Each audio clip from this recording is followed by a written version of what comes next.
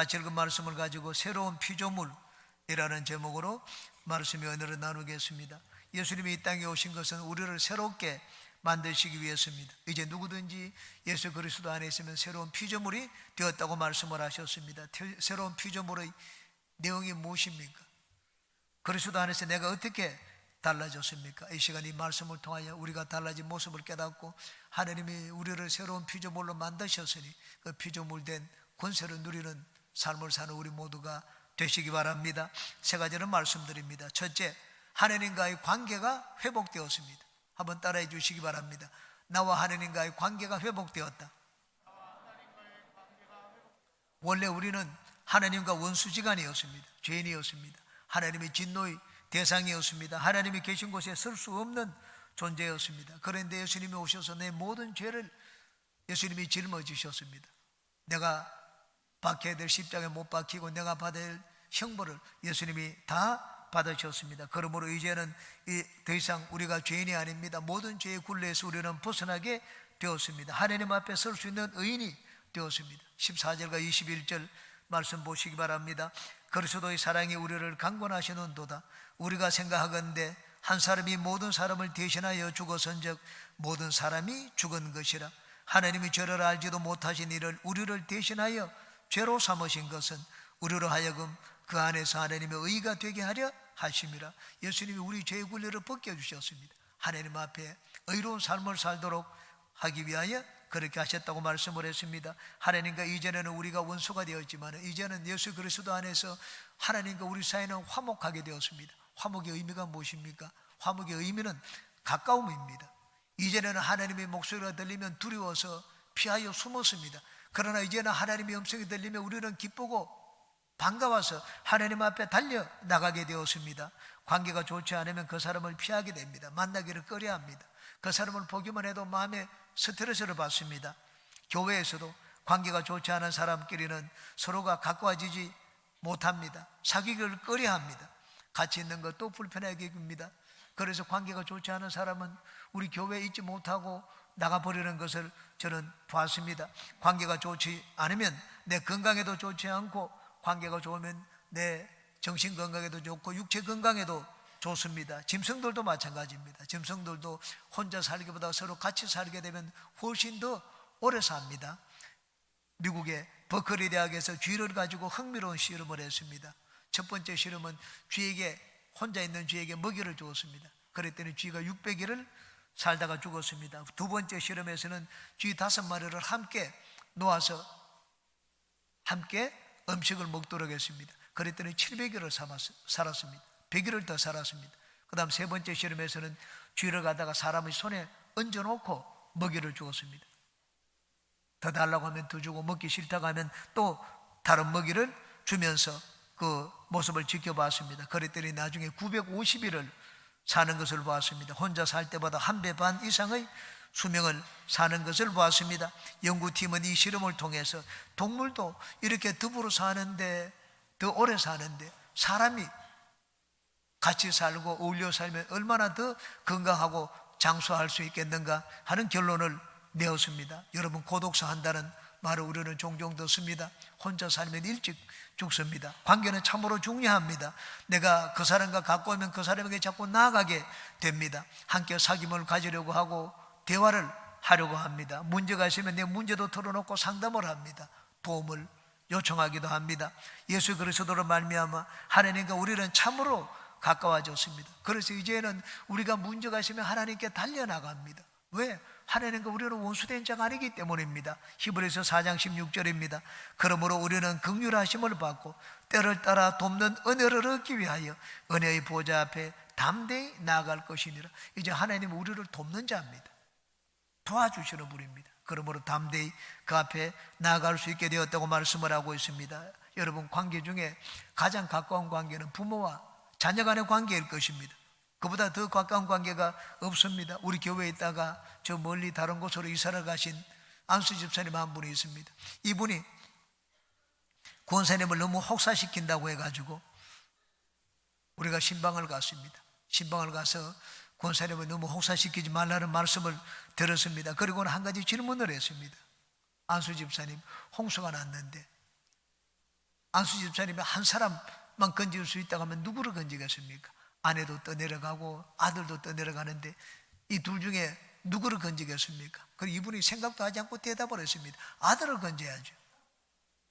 우리는 그 말을 듣고 전부 다 놀랐습니다. 그 아들이 이 아버지가 보증을 서주었다가 재산을 다 날려버린 아들입니다. 그런데도 그 아들을 건진다는 말을 하는 것을 봤습니다. 참 자식이 그만큼 가까운 모양입니다. 하나님과 우리 사이는 어떻습니까? 하나님은 우리를 자녀로 만들어 주셨습니다. 요한복음 1장 12절입니다. 영접하는 자, 곧 그 이름을 믿는 자들에게는 하나님의 자녀가 되는 권세를 주셨다고 말씀을 했습니다. 하나님과 가장 가까운 자들은 천사가 아닙니다. 하나님과 가장 가까운 자는 하나님 곁에 있는 친위대장이 아닙니다.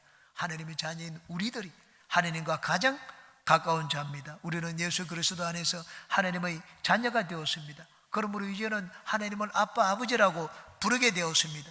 자녀들은 부모의 것을 상속합니다. 로마서 8장입니다. 자녀이면 또한 상속자, 곧 하나님의 상속자요 그리스도와 함께한 상속자니라고 말씀을 했습니다. 여러분, 예수님을 믿는 우리가 얻은 은혜 중에 가장 큰 은혜가 무엇입니까? 우리 신분이 달라진 것입니다. 이전에는 죄인이고 하나님과 원수된 자였지만 이제는 하나님과 자녀가 되었습니다. 관계가 회복되었습니다. 관계는 참으로 중요합니다. 좋은 관계를 맺게 되면 세상에서 성공을 합니다. 그러나 관계가 좋지 않으면 어느 곳에서도 적응을 잘 하지를 못합니다. 그곳에 오래 있지를 못합니다. 미국 실리콘밸리에서 성공한 벤처 사업가 스티븐 케이시의 이야기입니다. 그는 MIT 공대에서 최고의 공학 기술을 배웠습니다. 나중에 크게 성공을 했습니다. 그 기자가 물었습니다. 당신의 성공한 비결은 무엇입니까? 내가 성공한 비결은 공학 기술이 아니라 좋은 인간관계였다. 그렇게 얘기를 했습니다. 그러면 당신이 좋은 인간관계와 공학기술 중에 둘 중에 하나를 택하라고 하면 어느 것을 택하겠습니까? 자기는 두말할 것 없이 좋은 인간관계를 택하겠다고 그렇게 얘기를 했습니다. 미국 카네기 연구소에서 조사를 했습니다. 재정적으로 성공한 사람들 중 15%는 자신의 기술적 지식에 의한 것이며 85%가 좋은 인간관계 때문이었다고 고백을 했습니다. 여러분, 인간관계가 좋으면 세상에서도 성공을 하고 출세를 할 수 있습니다. 하나님과 인간관계가 좋으면 어떻겠습니까? 내가 사람에게 잘 보이고 사람과 좋은 관계를 맺어도 세상에 성공을 하는데, 여러분, 하늘과 땅의 권세를 가지신 하나님께 잘 보이고 하나님과 좋은 관계를 가지는데 어떻게 행복하지 않고 건강하지 않고 성공하지 않을 수가 있겠습니까? 우리는 예수 그리스도로 말미암아 내 장점을 가장 잘 알고 나를 가장 잘 이끌어주며 나에게 가장 힘이 되어줄 수 있는 하나님을 내 아버지로 모시게 되었습니다. 예수 그리스도 안에서 하나님 자녀된 여러분들은 하나님 안에 있는 좋은 것들을 풍성히 누리시기를 주님의 이름으로 축원합니다. 두 번째입니다.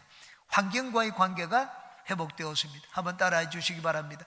나는 환경과 관계가 회복되었다.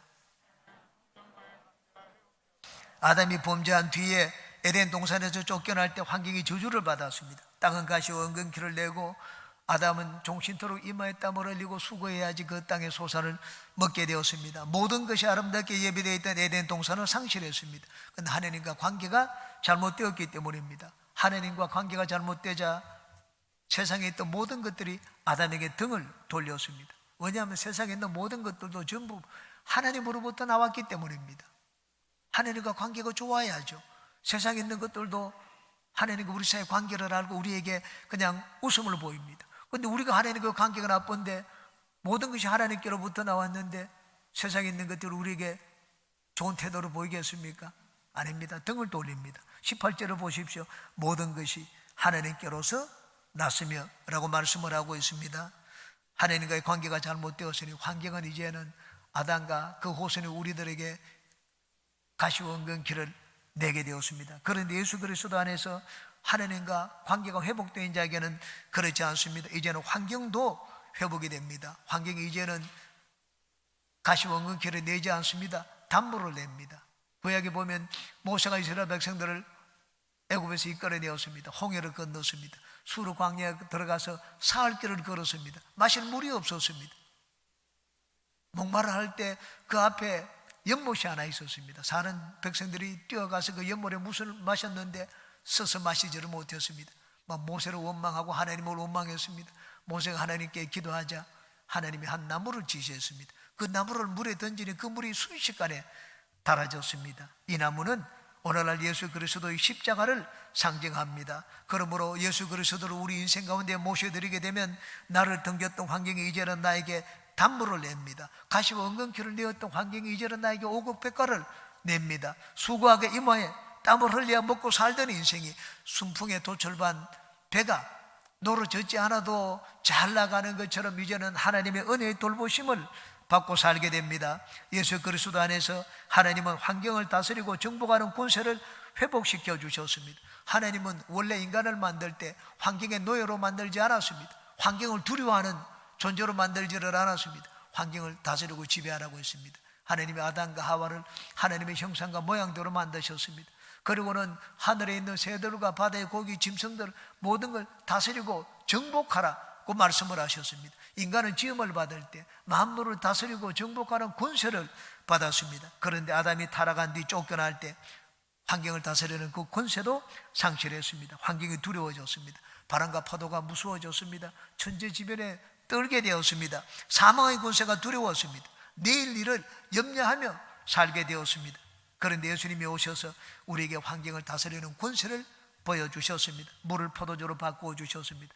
바람과 파도를 꾸짖으니 순식간에 잠잠하게 되었습니다. 38년 된 중풍병자의 운명을 바꾸어 주셨습니다. 귀신을 쫓아내는 권세를 보여주셨습니다. 없는 것을 있는 것처럼 부르시는 하나님의 권세를 보여주셨습니다. 죽은 자를 살려주셨습니다. 예수님은 당신이 직접 죽은 자 가운데서 살아나심으로 부활과 생명이 예수님께 있다는 것을 보여주셨습니다.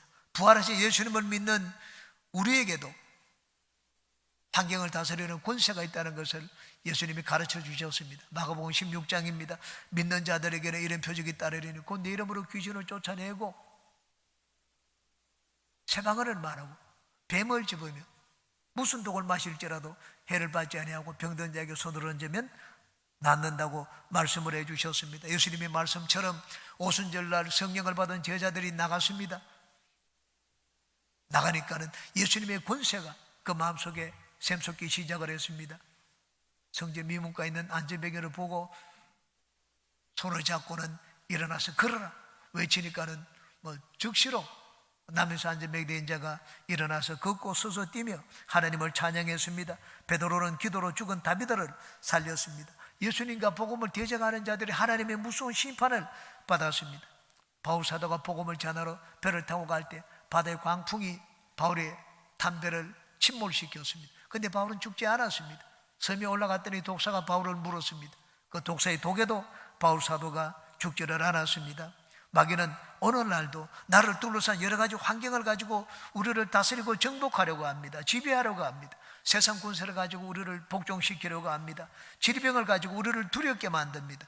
물질을 가지고 우리가 노예로 삼고 게임으로 우리를 종으로 부리려고 합니다. 그런데 우리는 예수 그리스도 안에 있는 자는 이제 더 이상 마귀의 다스림을 받지 않습니다. 예수 그리스도 안에서 마귀의 모든 권세가 다 무너졌기 때문입니다. 이제 우리는 마귀의 종살이에서 해방을 얻었습니다. 자유를 얻었습니다. 예수 그리스도께서 십자가로 마귀의 모든 권세를 다 깨뜨렸기 때문입니다. 마귀는 이제 두려움의 대상이 아닙니다. 마귀는 종이 호랑이에 불과합니다. 예수 그리스도 안에서 우리는 환경을 다스리고 정복하는 권세를 회복한 새로운 피조물이 되었습니다. 그러므로 여러분에게 두려움을 주는 환경을 두려워하지 마시기 바랍니다. 이 기도가 습관이 안 된 사람에게는 기도하라고 하면 막 쥐어 짜내는 듯이 힘들지만 기도가 습관이 된 사람에게는 기도가 전혀 힘들지 않다는 말을 하는 것을 들었습니다. 참으로 맞는 말입니다. 예수님이 우리에게 회복해 주신 환경적인 축복을 누리기 위해서는 우리는 예수님의 권세를 습관적으로 사용해야 됩니다. 예수님의 권세를 사용하는 것이 우리에게 습관이 되고 내 몸에 배어 있어야 됩니다. 습관적으로 예수님의 권세를 사용하는 모든 분들이 되시기를 주님의 이름으로 축원합니다. 세 번째입니다. 우리는 성령으로 새 사람이 되었습니다. 한번 따라 하시기 바랍니다. 나는 성령으로 새 사람이 되었다. 예수님은 당신이 십자가로 이루신 대속의 은혜를 예수님을 믿는 모든 사람이 누릴 수 있도록 하기 위하여 하늘 보좌에 올라가신 뒤에 성령을 우리에게 보내주셨습니다. 성령이 우리 가운데 임하면 성령은 우리 안에서 놀라운 변화의 역사를 일으킵니다. 가장 먼저 우리 영이 살아나게 됩니다. 에덴 동산에서 쫓겨난 아담은 그 영이 죽었습니다. 선악과를 알게 하는 나무의 실과는 먹지 말라. 먹으면 너는 진짜 죽는다. 하나님의 말씀대로 아담은 선악과를 따먹고 그 영이 죽었습니다. 하나님을 알지 못하고 하나님을 보지 못하게 되었습니다. 단지 하나님의 긍휼로 제사를 통하여 하나님 앞에 나아가는 그런 길만 얻게 되었습니다. 그런데 이제 우리가 예수님을 믿으면 성령이 우리 안에 들어오셔서 우리의 죽은 영을 살려주십니다. 여러분, 영은 혼과 다릅니다. 혼이 아무리 혼을 잘 개발해도 그 혼이 영을 알 수가 없습니다. 영의 세계를 보지도 못하고 깨닫지도 못합니다. 여러분, 하늘과 땅은 맞닿을 수가 없습니다. 여러분, 땅이 아무리 높다고 해서 히말라야 산맥이 높다고 해서 하늘에 닿을 수가 있습니까? 땅은 아무리 높아도 하늘에 닿지를 못합니다. 우리 인간의 이성이 그렇습니다. 인간의 이성, 혼은 아무리 개발해도 영의 세계에 닿지를 못합니다. 고린도전서 1장입니다. 지혜 있는 자가 어디 있느냐? 선비가 어디 있느냐? 이 세대의 변론가가 어디 있느냐? 하나님께서 이 세상의 지혜를 미련하게 하신 것이 아니냐? 하나님의 지혜에 있어서는 이 세상이 자기 지혜로 하나님을 알지 못하므로 하나님께서 전도의 미련한 것으로 믿는 자들을 구원하시기를 기뻐하셨도다. 이 세상 지혜로 하나님을 알 적 없다고 했습니다.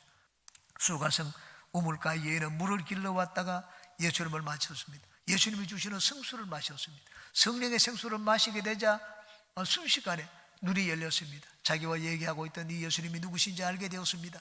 물동이를 불어두고 마을로 들어갔습니다. 가가호호 문을 두들기면서 외쳤습니다. 나와 보시오. 이 내가 만난 이분을 보시오. 이분이 메시아가 아닙니까?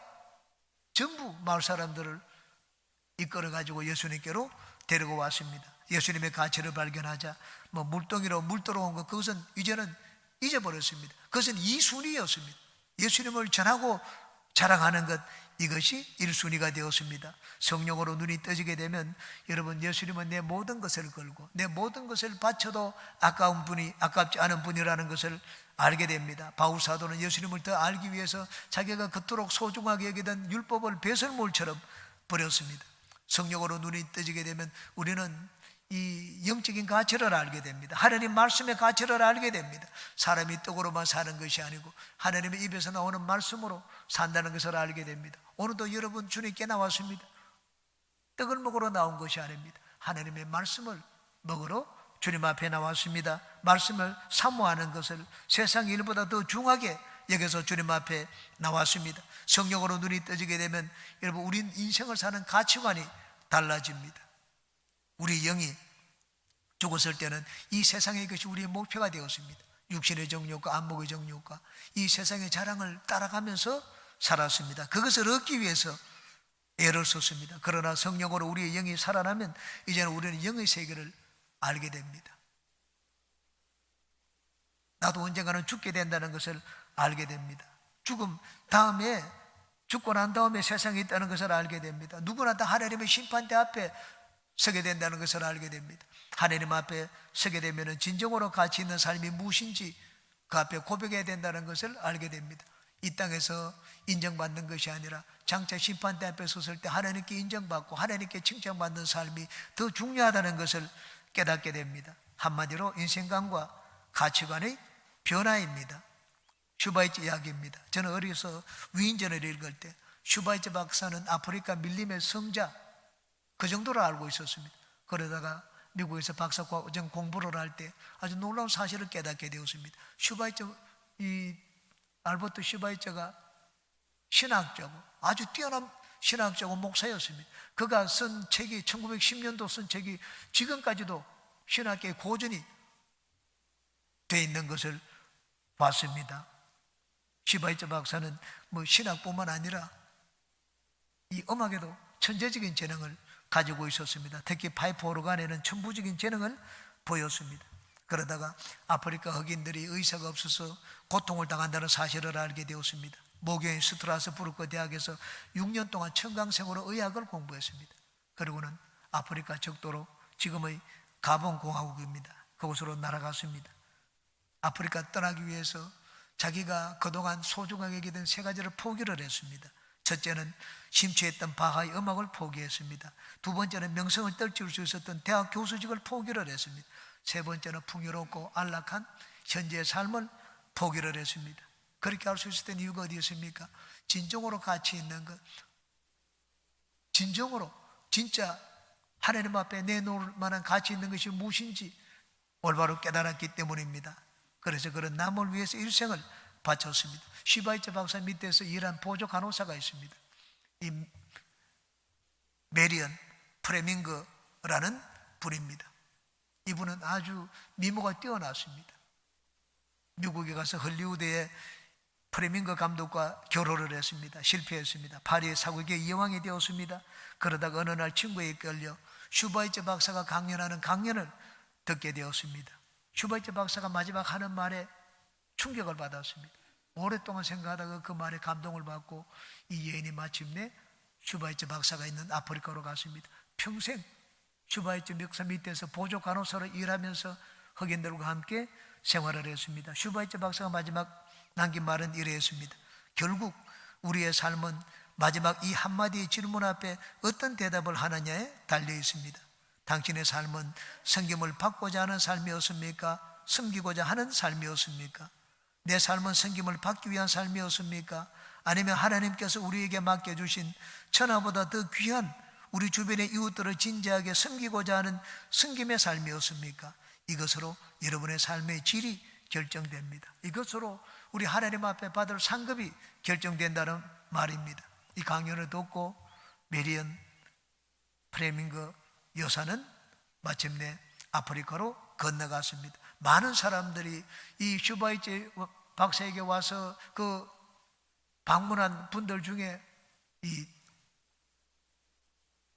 메리언 프레밍거 여사에게 감동을 받은 사람들이 많습니다. 그렇게 미모 여인이면서도 허리 굽혀 숙여 일하는 모습을 보고 감동을 받았습니다.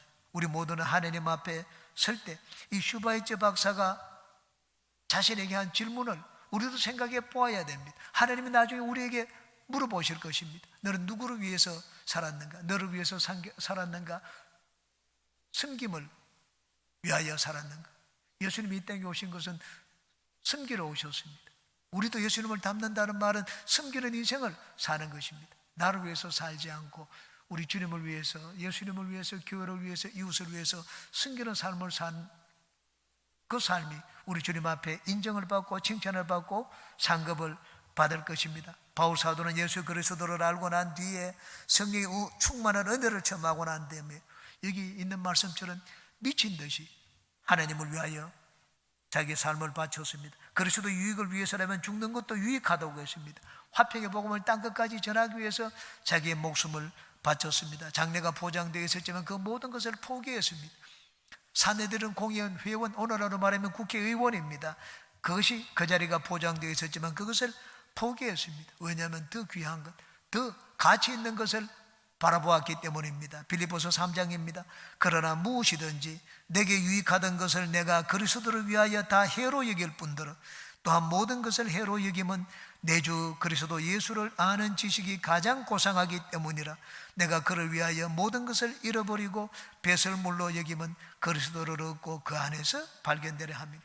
모든 것을 잃어버렸다고 했습니다. 다 잃어도 좋다고 했습니다. 그리고 자기가 그토록 귀하게 여기던 율법조차 배설물로 여겼습니다. 왜? 예수 안에 있는 삶, 예수님이 알아주는 그 인생이 귀한 인생이었기 때문입니다. 성령 충만의 증거가 무엇입니까?